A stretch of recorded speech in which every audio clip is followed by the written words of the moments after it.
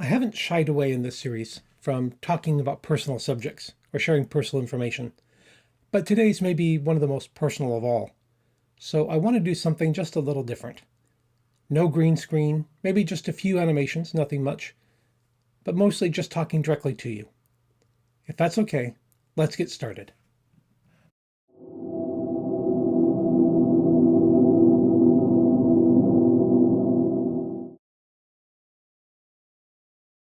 We finished up last time talking about how I've always felt separated from the group, different and alone.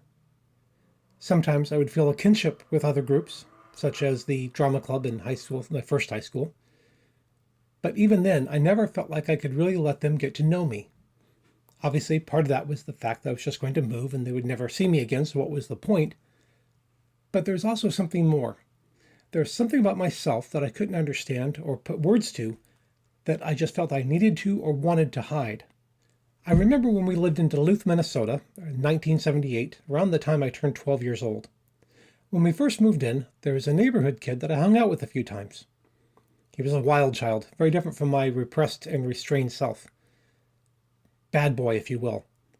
I really liked him. I enjoyed his company. But my cousins, who lived nearby, told me one day, oh, he's gay, and if you hang out with him, everybody's going to think you're gay too. Now, to be honest, I had no idea what gay meant. I had no idea if this kid was gay or not. All I knew was that the way they were talking about gay, it was obviously something I didn't want people to say about me. So I stopped talking to him. I cut him out completely. And I still regret that, nearly 40 years later. I regret the way I handled it, the way I approached it, and the fact that I simply stopped being his friend because of what somebody else had said. When other guys around my age started getting interested in girls, I just didn't. I didn't know why, I just didn't. So I found other things to obsess over. I loved reading, I was an avid reader. Tolkien, C.S. Lewis, any kind of fantasy novels. I loved movies, and would go to them as often as I could. In Duluth, one of my aunts had an apartment building nearby, so when it snowed, I would go and shovel the sidewalks for her and make a few dollars, so I could use that and I went and see movies, usually the same ones, again and again. I don't know how many times I saw Bashki's Lord of the Rings animated movie or Sgt. Pepper's Lonely Hearts Club Band, that great classic of the 70s. But I enjoyed it. But more and more, as I hit my early teen years, it was religion. For those first few years, it was just general Protestant.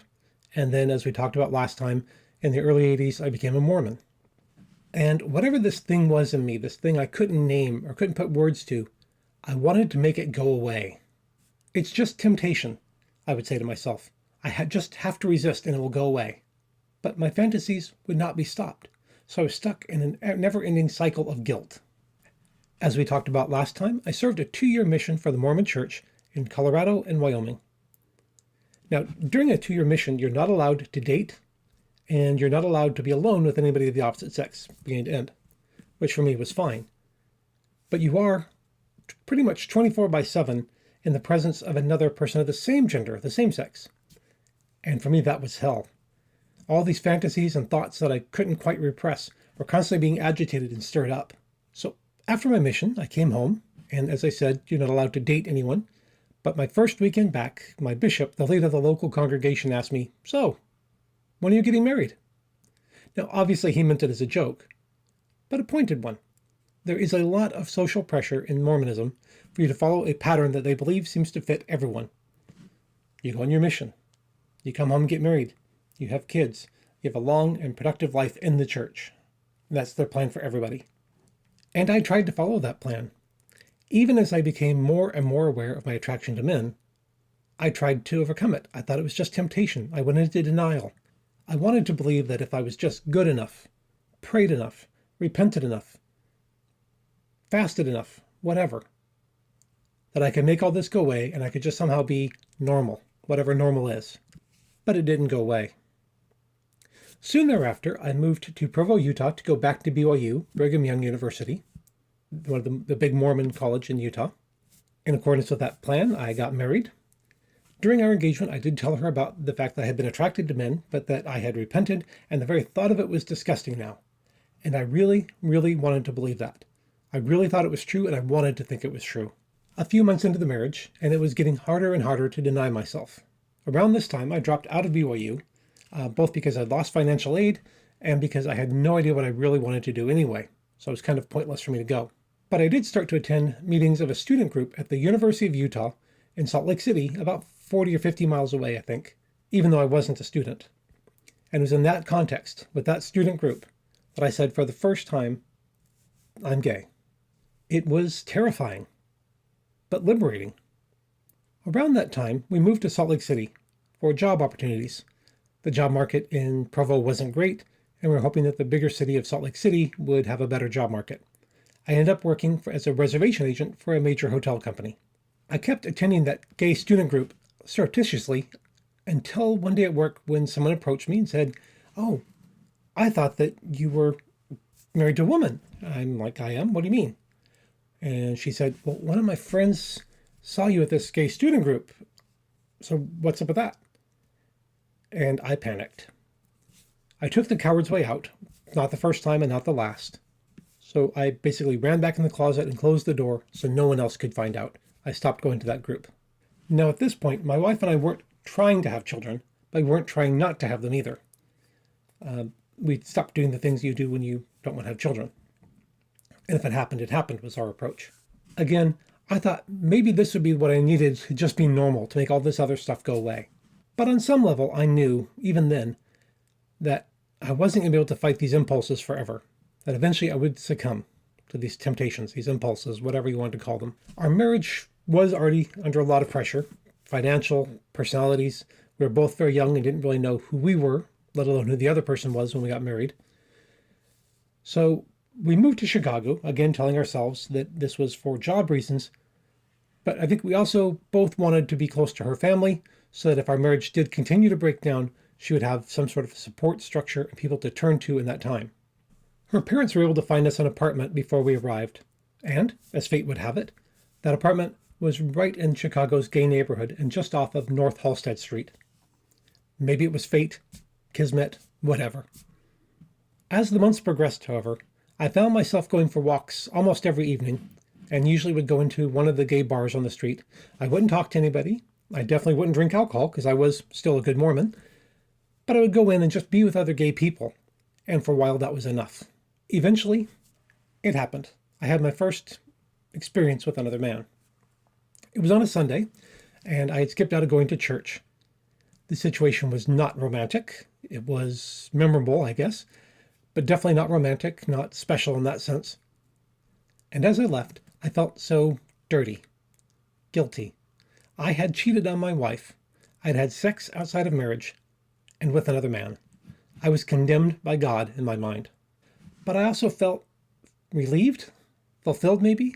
Again, I don't know quite what word to use here, but I felt that this was somehow right for me, that this was that being gay was the right thing for me. I didn't tell my wife right away, but as I said, our marriage was already breaking down. We probably would have separated within a few months, but then we found out that she was pregnant. My parents divorced when I was very young, and so I didn't want to put my child through that, so I decided I needed to lock everything else away, lock the gay away, as it were, and just be a good husband, a good father, and a good Mormon, and everything else would just be damned. And I really tried to make that work, and I really hoped and believed that I could make it work. It lasted about 4 years. As a last-ditch effort to save the marriage, I moved to Provo, Utah. My ex-wife had always said that she regretted having left BYU and wished she could have finished, so I was thinking that by going back and getting an apartment, getting everything set up, that she'd be able to return and we could kind of start over. During this time, she moved in with her parents, so she had a place to live, and then I could build up and get the apartment set up and the furniture and all that stuff. A few months after I arrived, on the 1st of January, 1995, she asked for a divorce. I suppose that I really shouldn't have been surprised. I should have been aware and prepared for it, but I wasn't. So I decided not to make any decisions, major decisions in life for a few months, but just to let the dust settle so I didn't rush into anything which I would regret later. Even when I decided to leave Provo and come back to Chicago to be close to my daughter, I still wasn't sure whether I was going to come out as gay or just try to be a good Mormon. My first night back, beginning of June I think it was, of 1995, I found myself in Sidetrack, a very popular, very busy gay bar on North Halsted Street in Chicago. My decision had been made. Over the following weeks and months, I started to come out. I told my now ex-wife, as I felt she had a right to know. I told my mother, who had been prompting me to come out anyway, because she already suspected or knew that I was gay. As she would say, I'm your mother. I'm always going to love you no matter what, so you can tell me anything you need to tell me. And that went on for months before I finally told her. I told my father, and then my mother, very helpfully, started telling everyone she knew, which on one hand made it so I didn't have to come out to those people, but also I don't know if I was quite ready for that to happen. But pretty much everyone knew at that point that she knew. All of that was over 22 years ago, which is hard to believe. 5 years ago, I got married for a second time, this time to another man, my husband. I can't say that life has always been easy, that our community is always supportive or even very healthy, that I still don't feel alone or outside the group, isolated some or most of the time. But it has been a much better life for having been open and honest with myself and with the world. Coming out can be scary. It isn't easy.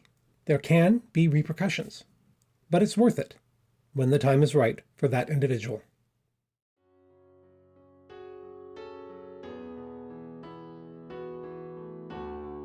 This weekend is Manchester Gay Pride, so I want to wish everyone a safe and fun weekend. And please, if you like this video or my other videos, like, share, comment, and subscribe. Thank you.